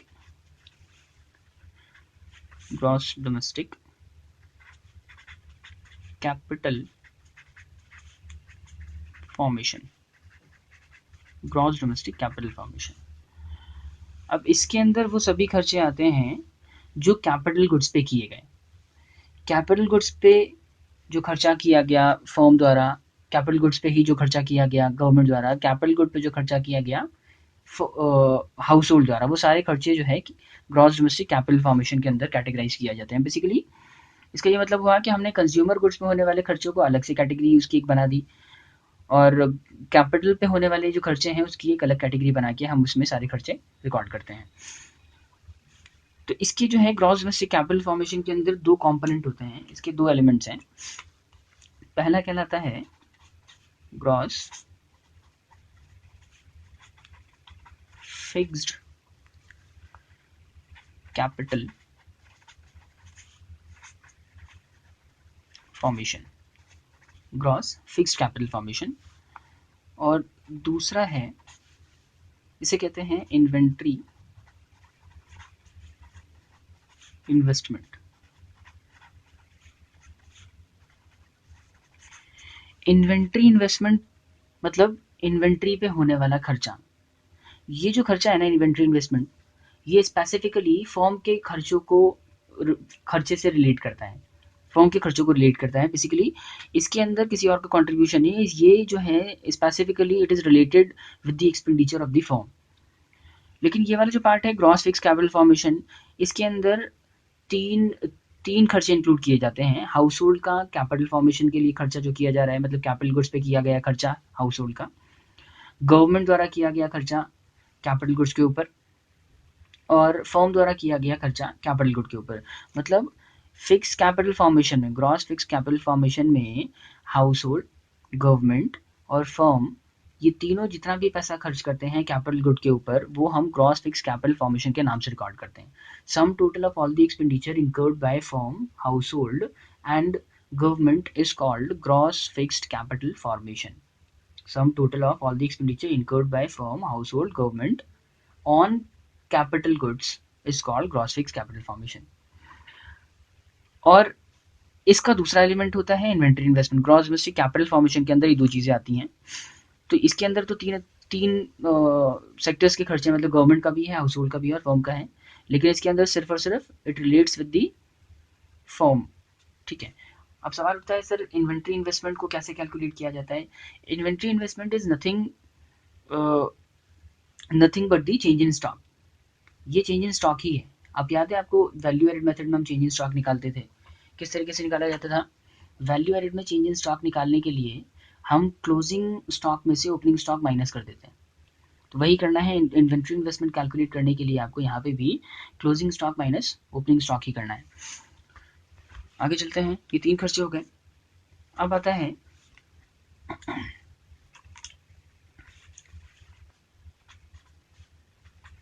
net exports. Net exports. अब नेट एक्सपोर्ट्स का क्या मतलब? नेट एक्सपोर्ट्स का मतलब है एक्सपोर्ट माइनस इंपोर्ट। एक्सपोर्ट, इसे किस तरीके से कैलकुलेट करते हैं हम? इसे कैलकुलेट करते हैं एक्स माइनस एम, मतलब एक्सपोर्ट की वैल्यू में से इंपोर्ट माइनस करेंगे तो नेट एक्सपोर्ट आ जाएगा। सवाल उठता है सर ये होता क्या है? देखो जी, हम क्या कर रहे हैं, एक्सपेंडिचर मेथड के अंदर हम सारे खर्चों को इंक्लूड कर रहे हैं। अब यहाँ पे हमने हाउस होल्ड के खर्चे इंक्लूड कर दिए, यहाँ गवर्नमेंट के कर दिए, यहाँ फर्म के, गवर्नमेंट के और सब जो कैपिटल गुड पे खर्चे हो रहे हैं उसके इंक्लूड कर दिए। लेकिन फॉरेनर्स भी तो खर्चा करते हैं हमारी कमोडिटीज़ के ऊपर, हमारे देश से सामान खरीदा जाता है, फॉरेनर्स भी खरीदते हैं। तो फॉरेनर के खर्चों को क्या अभी इन ऊपर के 3 पॉइंट्स में हमने इंक्लूड किया? अभी तक नहीं ना। लेकिन खर्चा वो करते हैं, तो उसके खर्चे को हम नेट एक्सपोर्ट्स के नाम से रिकॉर्ड करते हैं। और बहुत लॉजिकल भी है। एक्सपोर्ट का क्या मतलब है? एक्सपोर्ट का मतलब हमने विदेशों में कितने रुपए का माल बेचा, तो जो माल हमने बेचा है, नेट एक्सपोर्ट जो हमारे लिए इनकम है, एक्चुअली में फॉरेनर्स के लिए क्या है? वो खर्चा है। तो अगर मैं जानना चाहता हूँ कि फॉरेनर्स ने इंडियन गुड्स एंड सर्विसेज पे कितना पैसा खर्च किया, हमारे देश के आउटपुट पे कितना पैसा खर्च किया, तो उसको किस तरीके से फाइंड आउट किया जा सकता है? सिंपली अगर हम नेट एक्सपोर्ट फाइंड आउट कर लें तो net export will always be equal to the expenditure of foreigners. तो सिंपली हमें ये 4 आइटम्स ऐड करने हैं। ये फॉरेनर्स का खर्चा हो गया, यहाँ पे सरकार का, फर्म का और हाउस होल्ड का कैपिटल गुड वाला खर्चा हो गया। This it relates to the firm. Government final consumption expenditure मतलब सरकार जो पैसा खर्च कर रही है एडमिनिस्ट्रेशन पे, एजुकेशन पे, हेल्थ फैसिलिटीज़ पे, ट्रांसपोर्टेशन पे, वो सब इसके अंदर कैटेगराइज होता है। अच्छा, अगर गवर्नमेंट पैसा खर्च कर रही है सपोज डिफेंस पे, मतलब किसी जैसे डैम्स पे, रोड पे, कंस्ट्रक्शन पे, डिफेंस तो उसमें ही आ जाएगा, कंज्यूमर गुड्स में आ जाता है, वो कंज्यूमर नेचर का एक्सपेंडिचर होगा। लेकिन अगर सरकार खर्च कर रही है रोड्स पे, डैम्स पे, बिल्डिंग्स पे, रेलवे ट्रैक्स पे, तो ये किसके अंदर कैटेगराइज किया जाएगा? उसको हम गवर्नमेंट फाइनल कंजम्पशन एक्सपेंडिचर नहीं कहेंगे, उसको कहेंगे gross fix capital formation. Gross fix capital formation यानी कि ऐसा खर्चा जिसके थ्रू किसी एसेट का निर्माण हो रहा है, किसी एसेट का फॉर्मेशन हो रहा है, उसे हम कैपिटल फॉर्मेशन कहते हैं। तो अल्टीमेटली सरकार के वो सभी खर्चे which leads to formation of a particular asset is called gross fix capital formation. Correct. अब इन सबको क्या करना है हमें? बस ये था एक्सपेंडिचर मेथड। इसमें हम सारे ये जो खर्चे हमने फाइंड आउट किए हैं इसको हम ऐड करेंगे, सारे खर्चों को ऐड कर दिया जाएगा।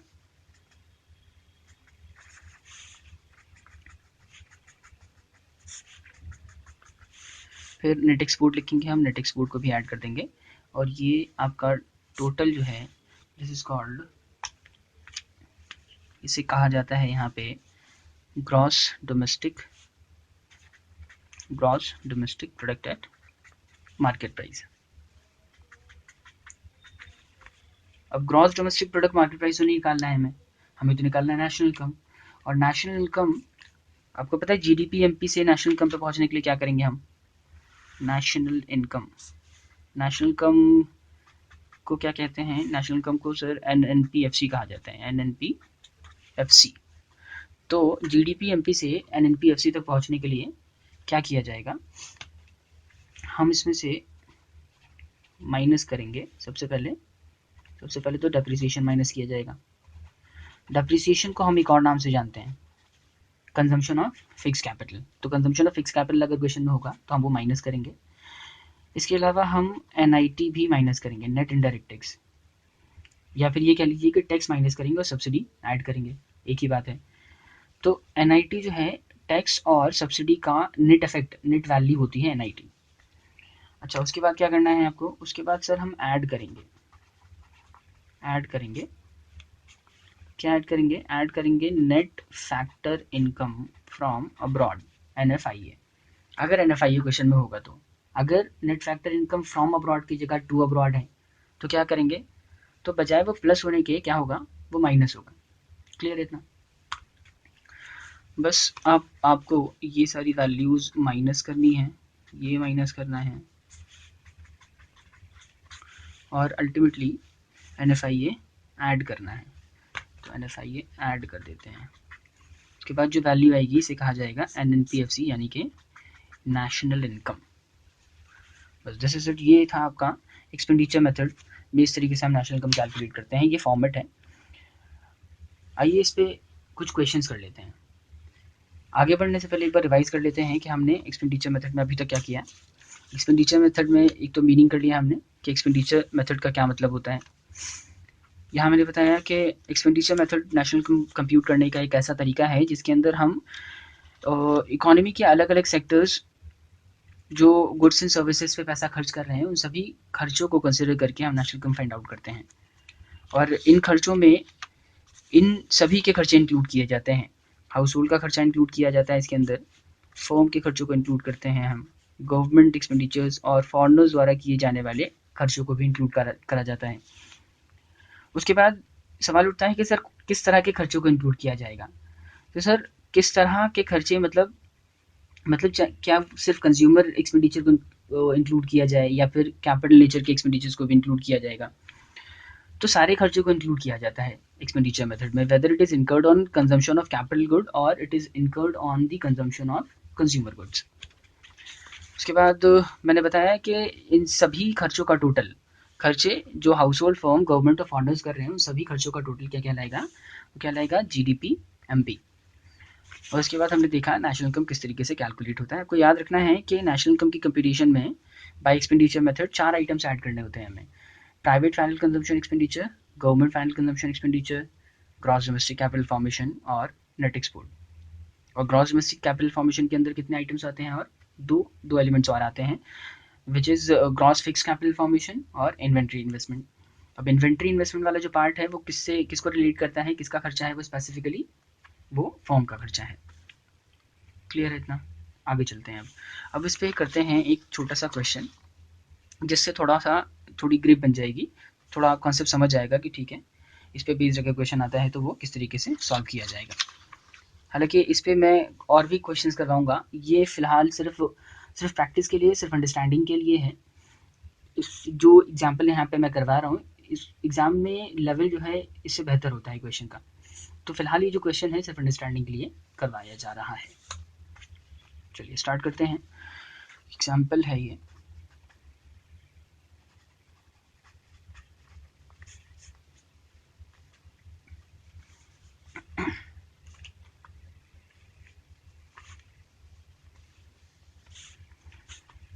लिखा है calculate national income, calculate national income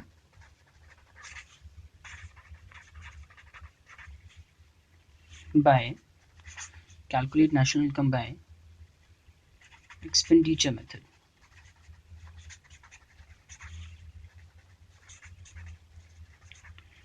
exam में कई बार ये देखा गया है कि एग्जाम में 6 मार्क का क्वेश्चन आता है इस चैप्टर से न्यूमेरिकल में, और यूजुअली कई बार क्या होता है कि इनकम मेथड और एक्सपेंडिचर मेथड दोनों पे कंबाइन करके क्वेश्चन बना देते हैं, और आपको इनकम मेथड से भी और एक्सपेंडिचर मेथड से भी आंसर फाइंड आउट करना होता है। आंसर ऑब्वियसली दोनों ही मेथड्स में सेम आएगा, आप मेथड चाहे वैल्यू एडेड मेथड लगाओ, एक्सपेंडिचर मेथड या इनकम मेथड, नेशनल इनकम सबसे सेम ही निकलता है। खैर ये क्वेश्चन क्या है, इस क्वेश्चन में आपको नेशनल इनकम फाइंड आउट करना है बस एक्सपेंडिचर मेथड से, और इन्फॉर्मेशन आपको प्रोवाइड कराई गई है। सबसे पहले दिया है आपको consumption of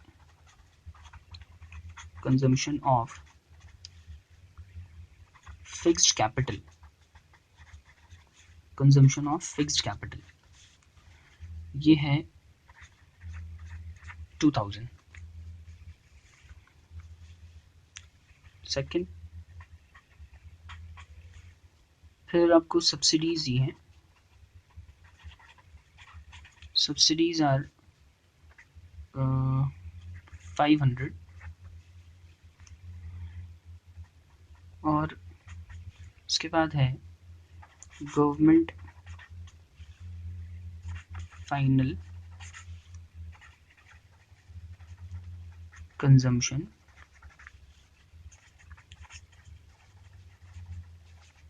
expenditure, government final consumption expenditure, this is 1000। फिर फोर्थ वैल्यू ये है inventory investment, inventory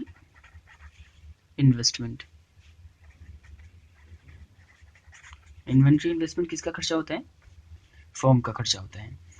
okay, this is 500। और कैसे निकाला जाता है इन्वेंट्री इन्वेस्टमेंट, कैसे कैलकुलेट किया जाता है?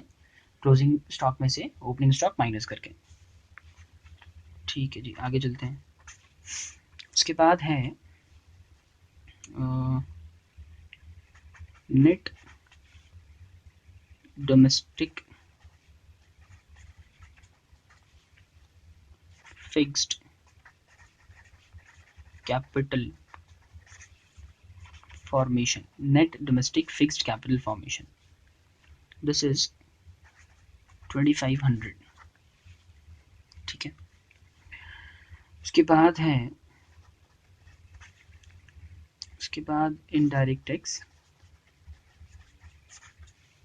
इनडायरेक्ट टैक्स ब्रैकेट पर लिखा है एक्साइज ड्यूटी, मतलब ये इनडायरेक्ट टैक्स जो है एक्साइज ड्यूटी पे किया गया है।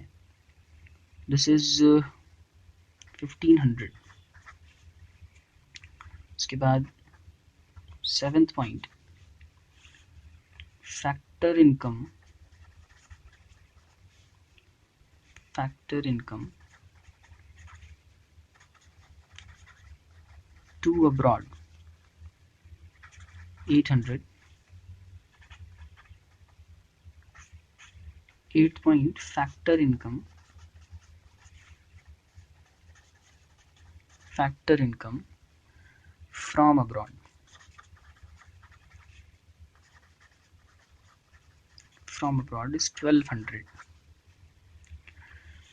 उसके बाद है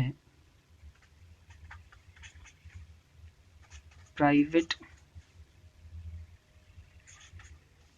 final consumption. Private final consumption, this is 400। और एक्सपोर्ट्स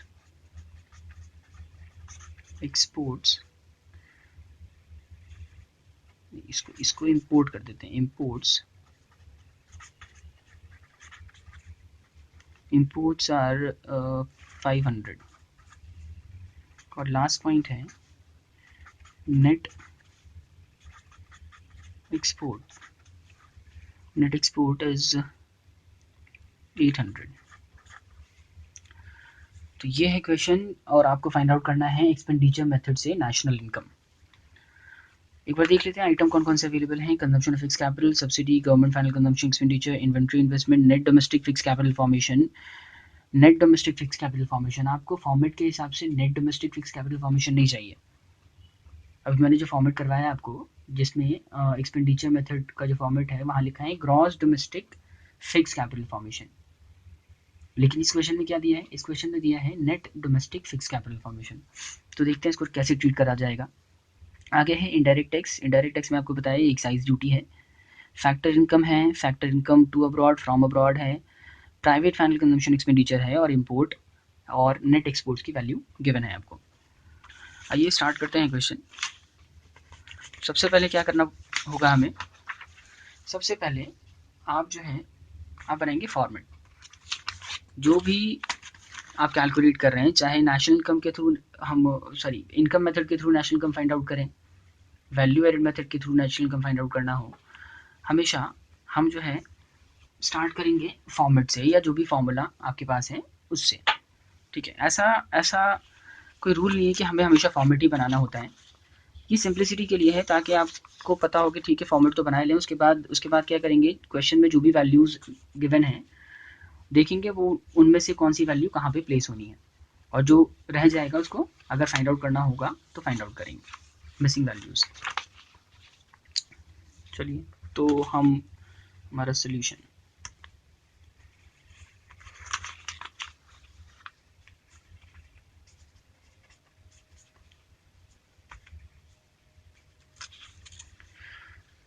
सबसे पहले बना लेते हैं statement. Computation of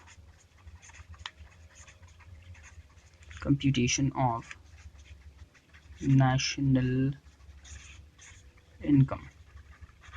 computation of national income।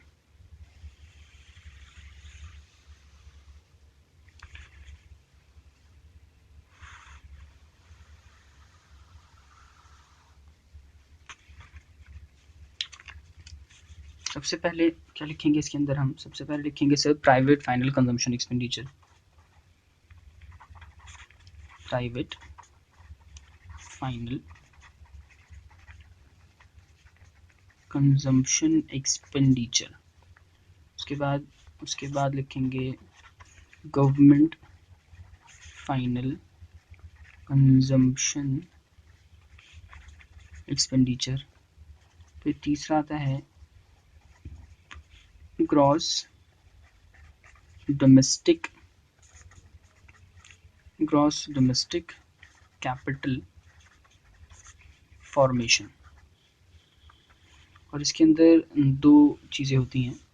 इसके अंदर फर्स्ट आइटम इज ग्रॉस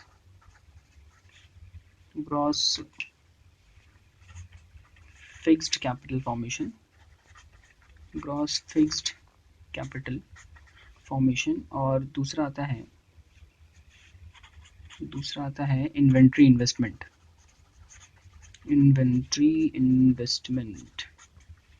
ठीक है। और फिर लास्ट आइटम हमें ऐड करना होता है, लास्ट है नेट एक्सपोर्ट्स।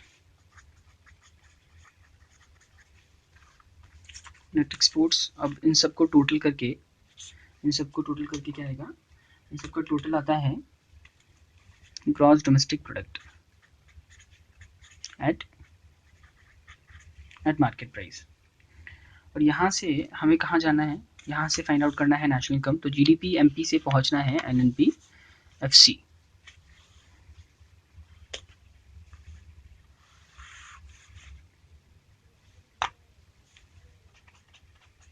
एनपीएफसी निकालना है। तो हम इसमें से क्या माइनस करेंगे, हम इसमें से दो चीज़ें माइनस करेंगे। सबसे पहले एक तो डेप्रिसिएशन माइनस होने वाला है और एक माइनस होगा एनआईटी। और एक चीज़ ऐड भी होगी, इसमें ऐड होगा एनएफआईए। बस ये देखते हैं क्वेश्चन में क्या क्या गिवन है। सबसे पहले क्वेश्चन में उन्होंने दिया है कंजम्पशन ऑफ फिक्स्ड कैपिटल। क्या consumption of fixed capital national income की कंपटीशन में इंक्लूड होगा? क्या फॉर्मेट में कहीं आता है? हाँ जी सर, आता है ना। नेशनल इनकम की कंपटीशन में जब हम एक्सपेंडिचर मेथड अप्लाई करते हैं तो डेप्रिसिएशन यहाँ आता है। डेप्रिसिएशन जीडीपी एमपी के बाद आता है। तो लिख देते हैं इसको, डेप्रिसिएशन इज 2000। ठीक है। उसके बाद आगे चलते हैं। आगे क्वेश्चन में गिवन है सब्सिडीज कितना है, 500। सर सब्सिडी क्या होती है? सब्सिडी को हम टैक्स के साथ एडजस्ट करके लिखते हैं, जिसे हम एनआईटी कहते हैं। सब्सिडी क्या है? टैक्स पे मिलने वाली छूट को हम सब्सिडी कहते हैं। तो अब देखो कहीं टैक्स दे रखा है आपको क्वेश्चन में। सर एक्साइज ड्यूटी तो दिया था आपने शायद, तो एक्साइज ड्यूटी दिया है 1500, यानी कि इनडायरेक्ट टैक्स जो है आपको 1500 दे रखा है। तो आपको देना था 1500 रुपये का टैक्स, लेकिन सरकार आपको 500 रुपये की छूट दे रही है। तो अल्टीमेटली कितना टैक्स देना पड़ेगा? 1500 माइनस 500। तो एनआईटी यहाँ रिकॉर्ड किया जाएगा 1500 माइनस 500, इसका मतलब 1000। इन दोनों वैल्यूज को क्या करना है, जीडीपी एमपी में से माइनस करना है। तो माइनस कर दो, 2000 प्लस 1000, 3000 टोटल जो है ये माइनस होना है। आगे चलते हैं, देखते हैं क्वेश्चन में और क्या चीज़ गिवन है। उसके बाद दिया है government final consumption expenditure. Government final consumption expenditure आता है क्या? हाँ जी, ये तो आएगा ही। Government final consumption expenditure is 1000। ये लिख दीजिए आप कॉलम के बाहर 1000। ठीक है। उसके बाद है इन्वेंट्री इन्वेस्टमेंट क्या होता है? चेंज इन स्टॉक को ही इन्वेंट्री इन्वेस्टमेंट कहते हैं, और वो ग्रॉस डोमेस्टिक कैपिटल फॉर्मेशन के अंदर इन्वेंट्री इन्वेस्टमेंट में रिकॉर्ड किया जाएगा। इन्वेंट्री इन्वेस्टमेंट कितना है?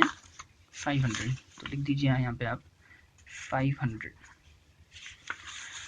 उसके बाद है net domestic fixed capital formation. अब ये समझने वाली चीज़ है, क्वेश्चन में आपको दिया है net domestic fixed capital formation. आपको याद है फॉर्मेट के हिसाब से हमें क्या चाहिए? ग्रॉस डोमेस्टिक, फॉर्मेट के हिसाब से चाहिए gross domestic fixed capital formation. तो जो गिवन है और जो चाहिए उन दोनों में डिफरेंस किस चीज़ का है? ग्रॉस और नेट का। ग्रॉस मतलब डेप्रिसिएशन इसके अंदर ऐड होता है, और नेट मतलब उसमें से डेप्रिसिएशन की वैल्यू एक्सक्लूडेड होती है। तो हम क्या करेंगे, अगर हमें नेट पे दे रखा है लेकिन चाहिए ग्रॉस पे, तो हम क्या करेंगे, नेट वाली वैल्यू में आप डेप्रिसिएशन ऐड कर दो, वो किस पे आ जाएगा, ग्रॉस पे आ जाएगा। तो नेट की वैल्यू कितनी दे रखी है, net domestic fixed capital formation is 2500, 2500, लेकिन हमें किस पे चाहिए, हमें तो ग्रॉस पे चाहिए। तो 2500 में आप डेप्रिसिएशन वाला पार्ट ऐड कर दो।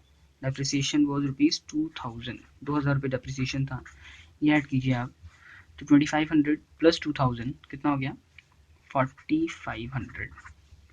और इसका टोटल क्या हो जाएगा, इसका टोटल हो जाएगा 5000। ठीक है। अच्छा सर, अगर डेप्रिसिएशन ऐड नहीं करते तो भी क्या क्वेश्चन किया जा सकता था। हाँ जी बिल्कुल हो जाएगा। Gross domestic fix capital formation चाहिए आपको, लेकिन नेट पे दे रखा है, तो कोई टेंशन वाली बात नहीं है, आप नेट वैल्यू ही ले लो। अगर ये net domestic fix capital formation आपने लिया, तो जो आंसर आता है ना सारे खर्चों को ऐड करके, क्या आता है, जीडीपी एमपी। जीडीपी एमपी इसलिए आता है क्योंकि डेप्रिसिएशन हमारा जुड़ा हुआ है ऊपर। लेकिन अगर आप NDPFC sorry net domestic fix capital formation लेंगे, तो उसमें डेप्रिसिएशन वाला पार्ट तो जुड़ा हुआ नहीं है, तो आंसर भी किस पे आएगा, जीडीपी नहीं आएगा, वो नेट पे आएगा, नेट डोमेस्टिक प्रोडक्ट। समझ आया डिफरेंस। तो सिंपली अगर आप चाहें तो नेट को ग्रॉस पे कन्वर्ट कर सकते हैं, ला सकते हैं। दूसरा तरीका क्या है कि आप बजाय नेट को ग्रॉस पे लाने के आप नेट पे ही करो कैलकुलेशन, लेकिन उस सिचुएशन में आपको जो आंसर है वो किस पे आएगा, वो भी नेट पे ही आएगा, एनडीपी एमपी हो जाएगा। खैर आगे चलते हैं। आगे उन्होंने दिया है factor income to abroad, 7th point, factor income to abroad 800, और उसी के आगे फैक्टर इनकम फ्रॉम अब्रॉड भी दिया है। तो ये जो दो इन्फॉर्मेशन है ये एनएफआईए निकालने के लिए है, net factor income from abroad निकालने के लिए। तो फैक्टर इनकम फ्रॉम अब्रॉड है 1200 और टू अब्रॉड है 800। तो नेट फैक्टर इनकम कितना हो गया, नेट फैक्टर इनकम मतलब 1200 फ्रॉम अब्रॉड था और 800 टू अब्रॉड था। तो 1200 में से 800 माइनस करो, कितना आएगा, 400, और ये क्या होगा, ये प्लस होगा। ठीक है, बस आगे और कुछ दिया है, आगे से प्राइवेट फाइनल कंजम्पशन एक्सपेंडिचर भी दिया है 400। Private final consumption expenditure is 400, sorry 400।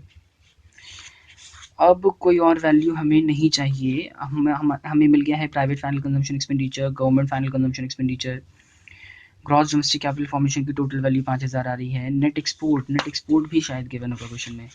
Net export देखिए क्वेश्चन में एक 10th पॉइंट दिया है इंपोर्ट, और फिर नेट एक्सपोर्ट भी दिया है। तो हमारे लिए ये जो इंपोर्ट की वैल्यू है ये यूजलेस है, इसका कोई यूज़ नहीं होगा। अगर एक्सपोर्ट नहीं होता, नेट एक्सपोर्ट नहीं होता, तो हम इसको इस्तेमाल करते हैं। लेकिन अगर आपको नेट एक्सपोर्ट दे दिया, इसका ये मतलब कि एक्सपोर्ट और इंपोर्ट का इफेक्ट कंसिडर किया जा चुका है ऑलरेडी, और इंपोर्ट एडजस्ट करने के बाद आपको नेट एक्सपोर्ट की वैल्यू दी है, तो आप नेट वाली वैल्यू लो। नेट वाली वैल्यू कितनी आ रही है, 800, तो ये 800 लिया जाएगा, 800। और क्या करेंगे इसको, सर इसको भी ऐड करेंगे, बस ये हो गया। आपको सिंपली अब इन सबको ऐड करना है। तो 5000 प्लस 1000, 6000, 6000 प्लस 8000, 68, और प्लस 4 7200,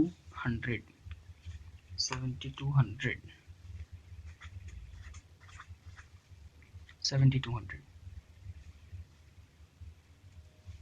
उसमें से आपको 3000 माइनस करना है। 3000 माइनस करेंगे तो कितना हो जाएगा, 3000 माइनस करेंगे तो ये हो जाएगा 42000, करेक्ट, 42000। 42000 में से 4200 में से आप 400 और माइनस करेंगे तो यहाँ बचेगा 3800।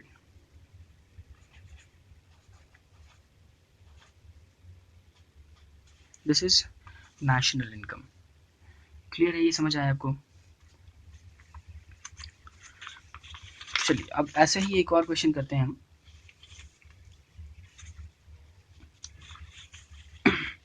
ये काम करते हैं, इस वीडियो को रोकते हैं। अब अगली क्लास में हम लोग एक्सपेंडिचर और इनकम मेथड पे कुछ कंबाइंड क्वेश्चंस करेंगे। फिलहाल इस लेक्चर में इतना ही।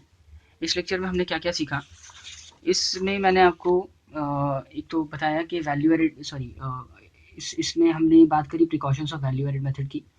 Precautions of value added method का क्या मतलब है, इसका मतलब कि हमें वैल्यू एडेड मेथड की कैलकुलेशन करते वक्त, वैल्यू एडेड मेथड से नेशनल इनकम की कंप्यूटेशन करते वक्त किन किन पॉइंट को कंसिडर करना चाहिए, किन किन बातों का ख्याल रखना चाहिए। उसमें हमने 5 पॉइंट्स किए थे। उसके बाद हमने एक्सपेंडिचर मेथड स्टार्ट किया, यहाँ इसका मतलब किया, what is the meaning of expenditure method of national income, और इसमें कौन कौन से खर्चे इंक्लूड किए जाते हैं, कैपिटल और कंज्यूमर गुड्स पे होने वाले खर्चों को इंक्लूड किया जाता है या नहीं किया जाता, और इसका फॉर्मेट बनाया और उस पर बेसिक क्वेश्चन किया। इस लेक्चर में फ़िलहाल इतना ही। अगली क्लास में हम income method, value added method, expenditure method, इन सब पे कुछ क्वेश्चंस करेंगे। साथ ही साथ हम देखेंगे इनकम मेथड्स के प्रिकॉशंस और एक्सपेंडिचर मेथड्स के प्रिकॉशंस, और उसके बाद ये चैप्टर ऑलमोस्ट कंप्लीट हो जाएगा। कुछ और छोटे छोटे पॉइंट्स हैं जिसको डिस्कस करना है हमें इस चैप्टर में, जैसे रियल जीडीपी क्या है, नॉमिनल जीडीपी क्या है, तो इसके बारे में भी हम चर्चा आने वाले लेक्चर्स में करेंगे। तो फिलहाल इस क्लास के लिए, इस लेक्चर के लिए इतना ही। Thank you so much.